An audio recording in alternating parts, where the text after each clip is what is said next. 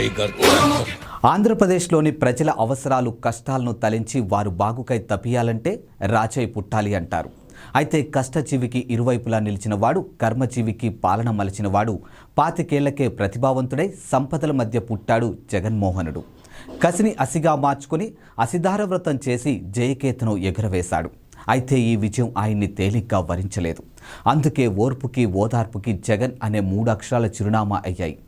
సగటు ప్రజల మనోభావన ప్రాంగణాలు కట్టిన తోరణాలై నవరత్నాలై నిలిచాయి. సహజంగానే ప్రతిభావంతులకు ఒక ప్రత్యేక శైలి ముద్ర ఉంటుంది.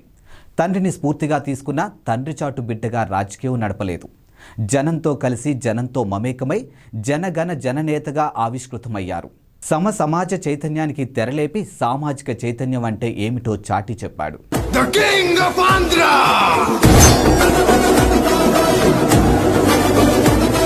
సేద్యంతో నిర్మించుకున్న ఈ ప్రజా ప్రభుత్వాన్ని కాపాడుకోవడం అందరి విధి.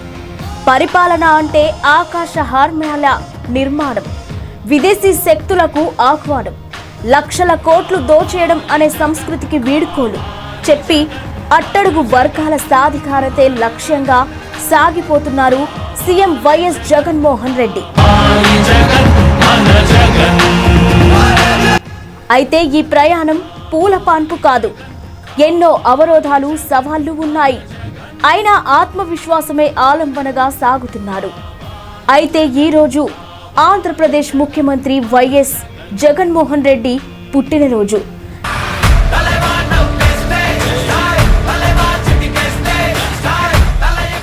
తమ ప్రియతమ నేత సీఎం జగన్ పుట్టినరోజు వేడుకలను వైసీపీ నేతలు, కార్యకర్తలు, అభిమానులు రాష్ట్ర వ్యాప్తంగా ఘనంగా నిర్వహిస్తున్నారు.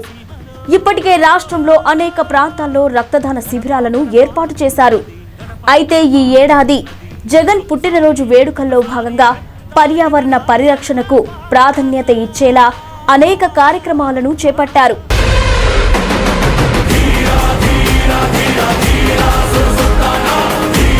జగన్ ఆంధ్రప్రదేశ్లోని కడప జిల్లా జమ్మలమడుగులో దివంగత ఉమ్మడి ఏపీ ముఖ్యమంత్రి వైఎస్ రాజశేఖర్ రెడ్డి, వైఎస్ విజయమ్మ దంపతులకు జన్మించారు.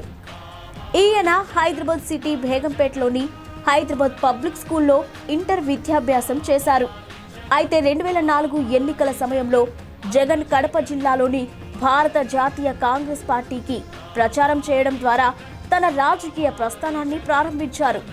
ఆ విధంగానే 2009 కడపలో లోక్సభ నియోజకవర్గం నుండి కాంగ్రెస్ తరపున పార్లమెంటు సభ్యునిగా ఎన్నికయ్యారు.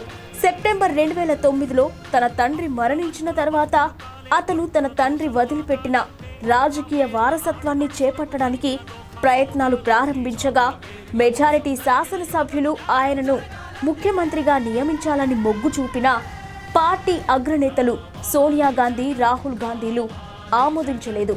కాగా తన తండ్రి మరణించిన 6 నెలల తర్వాత అతను ముందుగా వాగ్దానం చేసినట్లుగా తన తండ్రి మరణ వార్తను విని ఆత్మహత్య, అనారోగ్యంతో బాధపడుతున్న వారి కుటుంబాలను కలుసుకోవడానికి ఓదార్పు యాత్ర ప్రారంభించారు. కాంగ్రెస్ పార్టీ కేంద్ర నాయకత్వం తన ఓదార్పు యాత్రను విరమించుకోవాలని ఆదేశించింది. ఆ ఉత్తర్వును ధిక్కరించిన అతను హైకమాండ్తో విభేదించారు. కాంగ్రెస్తో విభేదాల కారణంగా 2010 నవంబర్ 29న కడప లోక్సభ నియోజకవర్గం నుండి లోక్సభ సభ్యత్వానికి, కాంగ్రెస్ పార్టీ సభ్యత్వానికి రాజీనామా చేశారు. 2011 మార్చి 11న అతను తూర్పుగోదావరి జిల్లాలో జగ్గయ్యపేటలో వైఎస్ఆర్ కాంగ్రెస్ పార్టీని స్థాపించారు.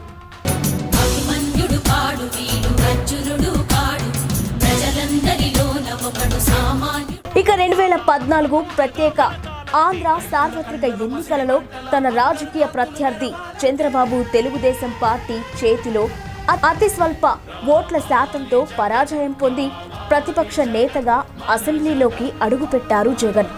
అసెంబ్లీలో ప్రతిపక్ష నాయకుడిగా, వైఎస్ఆర్ కాంగ్రెస్ పార్టీ అధ్యక్షుడిగా అతను తన 3000 కిలోమీటర్ల పాదయాత్రను ప్రజా సంకల్ప యాత్ర అనే పేరుతో ప్రారంభించి 2017 నాటికి ఏపీకి రావాలి జగన్, కావాలి జగన్ అనే నినాదాన్ని రూపొందించారు.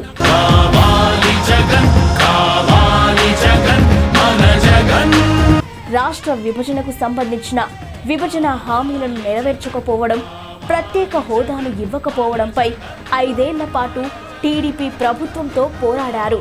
అనంతరం 2019 సార్వత్రిక ఎన్నికల్లో 175 శాసనసభ స్థానాలకు గాను వైఎస్ఆర్ కాంగ్రెస్ పార్టీ 151 స్థానాలు రికార్డు స్థాయిలో గెలిచి విభజిత ఆంధ్రప్రదేశ్ రెండవ ముఖ్యమంత్రిగా వైఎస్ జగన్ ఎన్నికయ్యారు.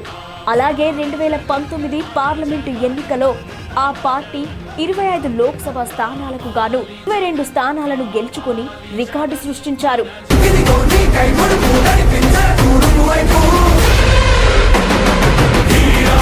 ఏపీ సీఎం జగన్ పుట్టినరోజు సందర్భంగా వైసీపీ నేతలు, కార్యకర్తలు, అభిమానులు జగన్కు వినూత్న రీతిలో శుభాకాంక్షలు తెలిపేందుకు రకరకాల ప్రయత్నాలు చేస్తూ ఉన్నారు. ఈ నేపథ్యంలోనే పేద, బడుగు, బలహీన వర్గాలకు జగన్ అండగా నిలుస్తున్నటువంటి థీమ్తో రూపొందించినటువంటి ఒక ఎలివేషన్ ఫోటో సోషల్ మీడియాలో వైరల్గాను మారింది. పిల్లలు మొదలు వృద్ధుల వరకు అందరి మధ్యలో జగన్ కూర్చొని ఉన్న ఫోటో ట్రెండ్ అవుతోంది.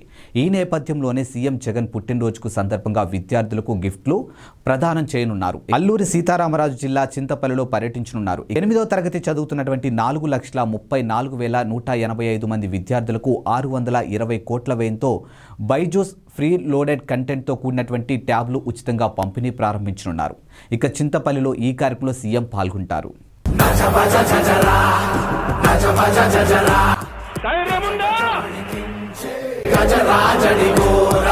కార్యకర్తలు గ్రామాల్లోకి వెళ్ళినప్పుడు పలాని వాడు మా నాయకుడని కాలరేగరేసుకొని చెప్పే పరిస్థితిలో ఆ నాయకుడు ఉండాలి.